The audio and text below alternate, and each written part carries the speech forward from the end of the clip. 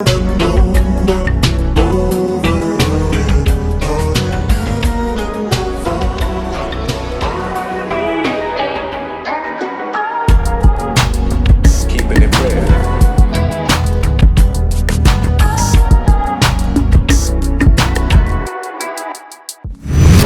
it do? This is your brother Bishop of Bishop Zone TV, and today I'ma choose violence.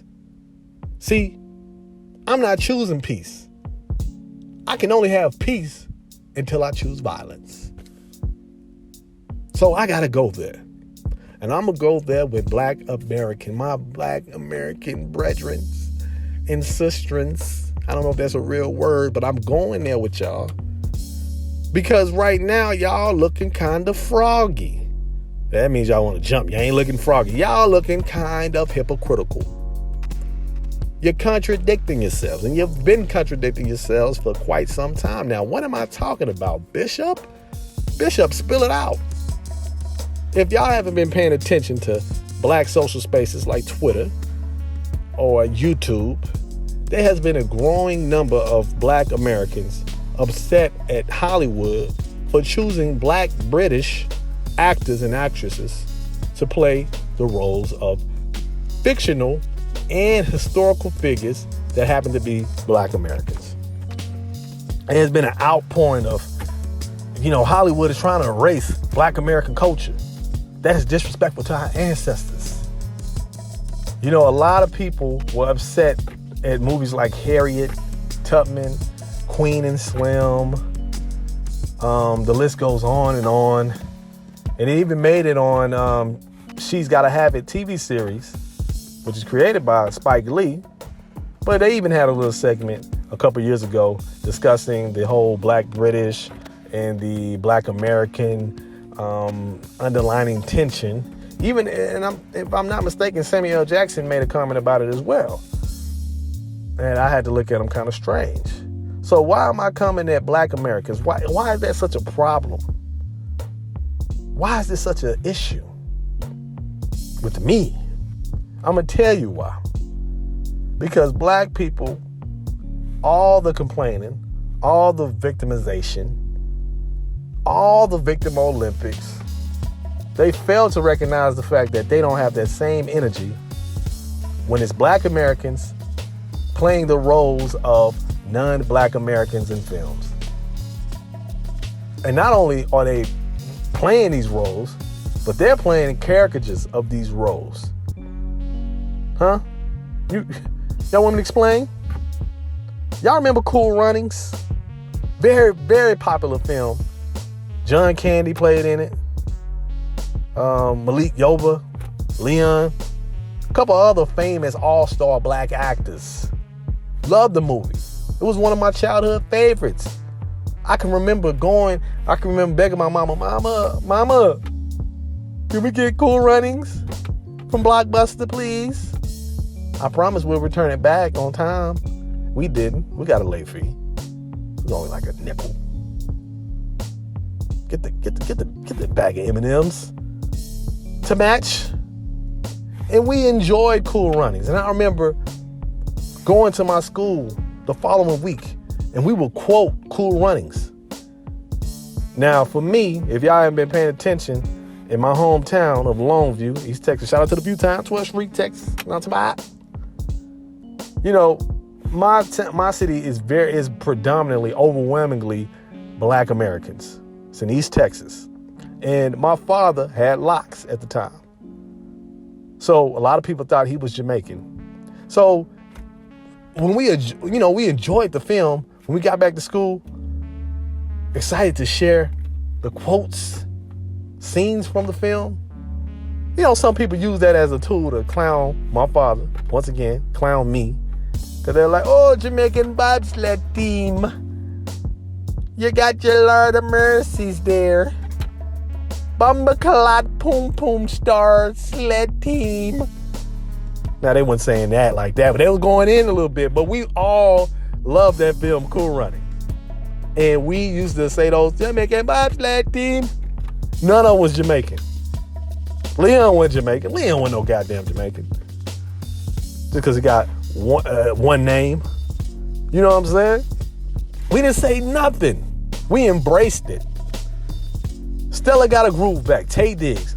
We embraced it. A lot of people probably still to this day ignorantly think Taye Diggs is Caribbean because he's dark-skinned. You know I'm not lying. You know I'm not lying. He had a horrible goddamn accent. Who was the Irie bot? Oh, and let me not forget. Call me now. She was from Baltimore. Call me now.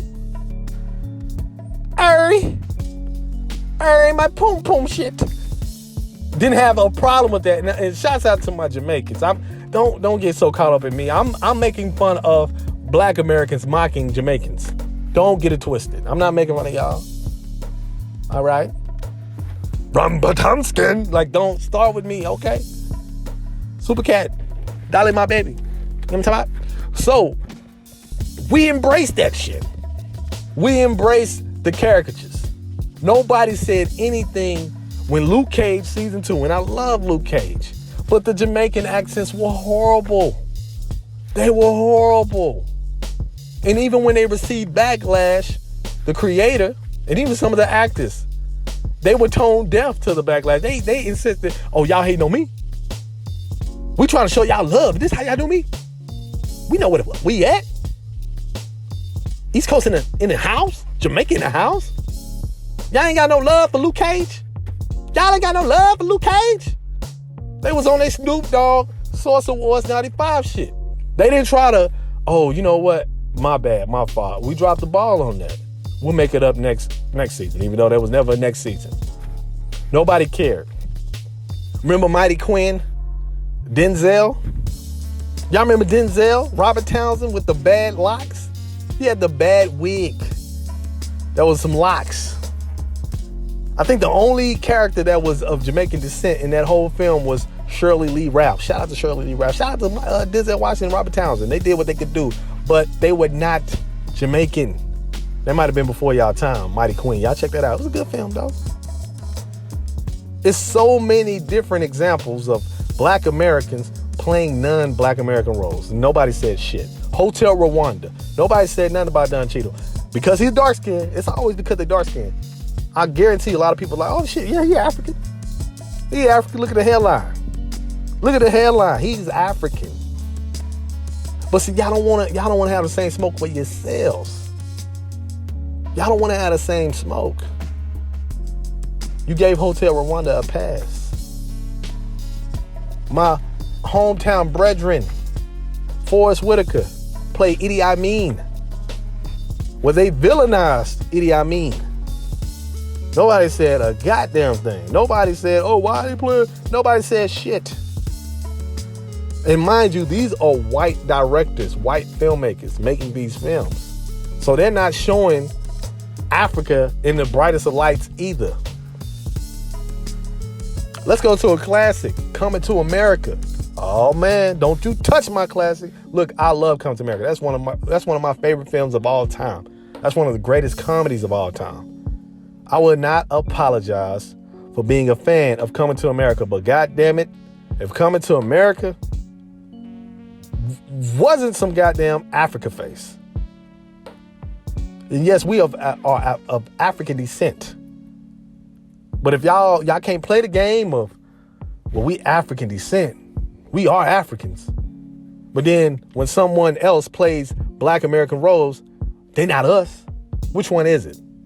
Y'all don't have no smoke for Coming to America. And damn near all of us can quote lines, bar for bar, of Coming to America. It's that impactful. Coming to America was so impactful. It was the Black Panther of its time. Speaking of, nobody says shit about Black Panther. Yes, Wakanda is a fictional region in Africa, but it's in Africa. It's in Africa. Nobody said nothing. We came in our best cosplay suits. We are Wakandans. Dun, dun, dun, dun, dun, dun, dun. We did that. Vibranium and all. Huh? Nobody said nothing. Nobody said nothing in the 90s when a lot of these rappers were using these fake Jamaican accents because it sounded cool in their music. Remember that shit? Bum clot, bobby rat, Look at my feet and look at my socks. Got some, like a chum. Did anybody find brain down? Cut in front of me. Follow me now. Remember that shit? Remember that? Didn't say nada. That wasn't no paying homage. I mean, but it wasn't disrespectful because it was kind of dope. It was kind of cool. Snoop Dogg ain't no damn Jamaican. Just because he smoked a lot of weed. Y'all don't say nothing.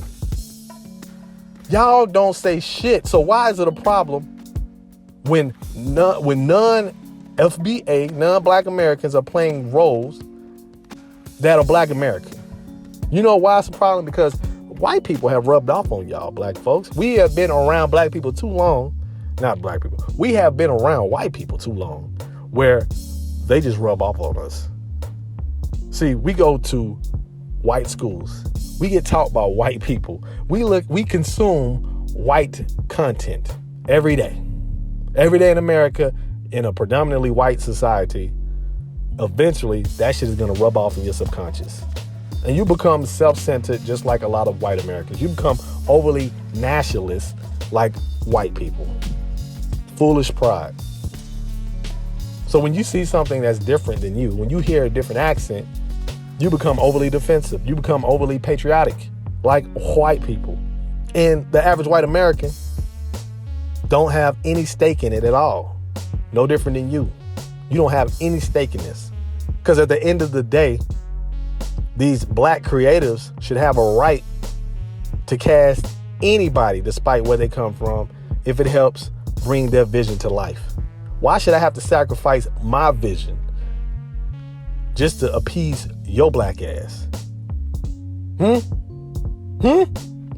Why should anybody have to listen to y'all? All y'all do is complain. Because if I listen to you, then I'm going to ignore other people who going to have a complaint about, oh, well, you picked somebody who wasn't tall enough. Harry Tubman, 4'11", and you picked somebody that's 6'3". Now, I get it. I understand that you want some type of authenticity, especially when it comes to historical figures of people who are actually real. You know, you want authenticity. Trust me. It's plenty of movies that I see that are rooted in certain cities. In the cities, the locality plays a major role. Like a city is actually a character within the film. So when it comes to certain films like that, you want these characters to have some type of authenticity that puts you in a place of these cities that you're seeing on big screens. And I can tell you right off the bat, there's a lot of films that do horrible jobs at capturing that. And that's a pet peeve of mine. I hate that. Jason's lyric, I'm like, God damn, have you been to Houston? Why is Jada Pinkett sounding like a Southern Belle? Oh, white Southern Belle at that. Or when you see a film like Cutthroat City, right? Which, oh my God, well, I might do a review on that. But Cutthroat City, directed by RZA, set in New Orleans. New Orleans played a pivotal role in that film. And none of the actors in the film was even attempting to do a goddamn New Orleans accent. They just did a general Southern accent. And T.I., who is a Southerner, he's from Atlanta, he was just doing shouty. They don't say shouty. What happened? Order, baby. From around here.